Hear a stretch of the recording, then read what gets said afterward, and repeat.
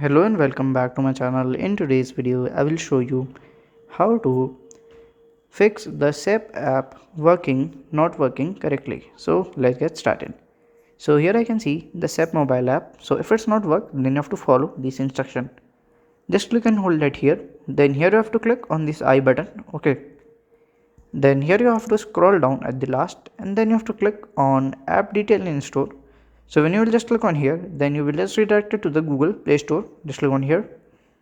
Then at here you can see the option at here update option. It will show, then it's fine. If it's not shows, then you can click on the uninstall button. Click on uninstall and you can directly reinstall it again and you can use it, and it's really like latest version. And if you want to contact through app support, you can just click on here and you can contact the app support if you want.